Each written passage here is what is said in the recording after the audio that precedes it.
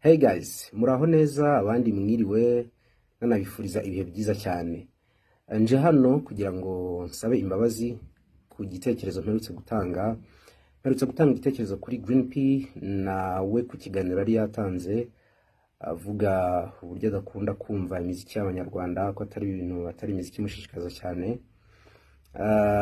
Mbyumvise ndi kuri televiziyo ntangaho igitekerezo mu by'ukuri kitashimishije abantu benshi.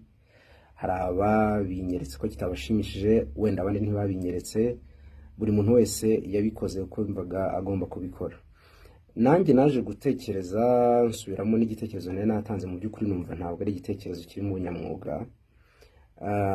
Ndetse nicujije nyuma kuba naragikoze kuko kinjira mu buzima cyane bwa Green P, yaba ubwe bwite cyangwa umuryango we.